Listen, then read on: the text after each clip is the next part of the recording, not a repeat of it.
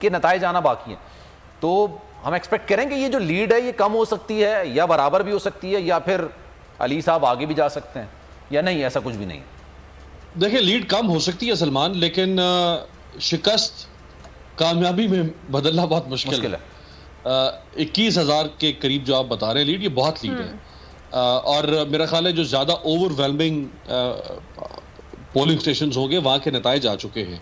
जिन polling stations के नताइज बाकी हैं उनमें से बेशतर वो पोलिंग स्टेशंस हो सकते हैं कि जहाँ पे शायद बहुत ज़्यादा टर्न आउट सामने अच्छा, एक टर्न आउट का भी आज सारा दिन ये इशू रहा कि टर्न आउट जितना होना चाहिए था उस तरह से नहीं हो सका, कम टर्न आउट था। और उसकी वजह ये थी कि आप लोगों का बार हाल लेंगे, उनको बार बार आप इलेक्शन में डालेंगे, उनको आजमाएंगे कि आप आएँ फिर वोट दें, फिर वोट दें।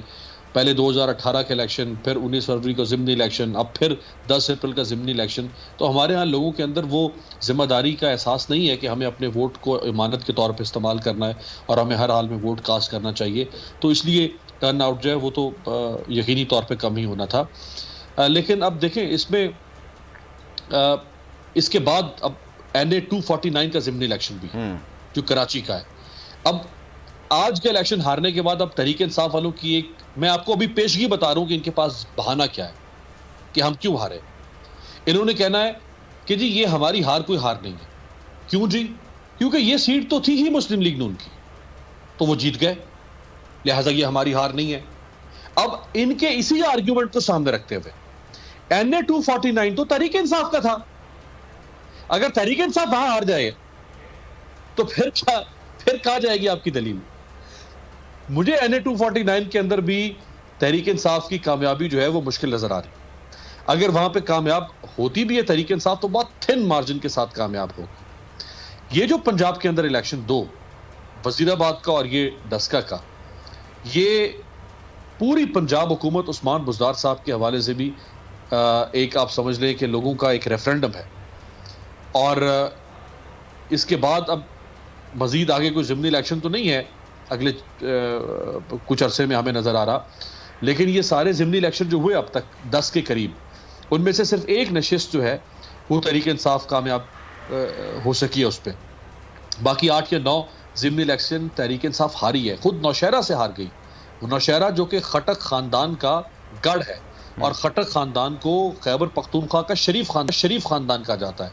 जैसे पंजाब में शरीफ ख़ानदान की एक डायनेस्टिक पॉलिटिक्स और बहुत ताकतवर ख़ानदान है, इसी तरह खटक ख़ानदान को शरीफ ख़ानदान खैबर पख्तूनख्वा का। और नौशहरा जहाँ पे डिस्ट्रिक्ट नाजिम रहे 5 साल तक परवेज़ खटक, फिर चीफ मिनिस्टर रहे, उसके अलावा कई दफ़ा MPA बने, अभी डिफेंस मिनिस्टर, इलेक्शन हार गया वहाँ से। अब उनके पास जवाब क्या है? वो जी हमारी तो पार्टी के अंदर इख्तलाफ था। और भाई हर इलेक्शन जो है उसमें कोई ना कोई जवाब होता है।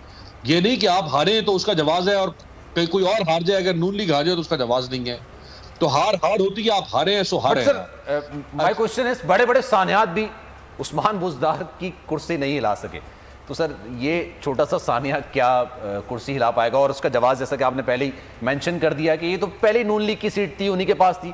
बट खान साहब और पाकिस्तान तहरीक इंसाफ की जो दीगर अरकान हैं, या मैं ये कहूँ कि खान साहब के तर्जुमान हैं, उनका मौक़िफ़ ये रहता है कि अब मुस्लिम लीग नून ख़त्म हो चुकी है, इलाकाई एक जमात बन चुकी है। उस नैरेटिव को कितना नुकसान पहुंचेगा इस हार से? देखिए, ये रहा मैदान, ये रहा घोड़ा। कल आ जाए इमरान खान साहब मैदान में और दौड़ाएं घोड़ा। इनके 14 तबक रोशन हो जाएंगे कि ये कह रहे हैं मुस्लिम लीग नून खत्म हो गई है या वहां पीपल्स पार्टी खत्म हो गई है। हाँ, ये खत्म हो सकते थे, इसके लिए किसी मोजे की आसमानी बिजली की जरूरत नहीं थी इनको खत्म करने के लिए। इनको खत्म करने के लिए इमरान खान साहब के वादों की तकमील की जरूरत थी। इनको खत्म करने के लिए तब्दीली के मंशूर की जरूरत थी, जिसका इमरान खान साहब ने बेड़ा गर्क कर दिया। यानी उस्मान बुज़दार जैसे डिजास्टर को लाके आपने बिठाया हुआ 2.5 साल से पंजाब में। फिर आप क्या नून लीग, भाई नून लीग को तो आपने जिंदा कर दिया। आपने वो मरे को मारा शाह मदार, आपने मरी हुई नून लीग को जिंदा कर दिया। आपने पीपल्स पार्टी को जिंदा कर दिया फिर से लाके। तो आप ये अब कहना छोड़ दें। अब अभी भी अगर खान साहब कोई नजर नहीं आ रहा या समझ नहीं आ रहा।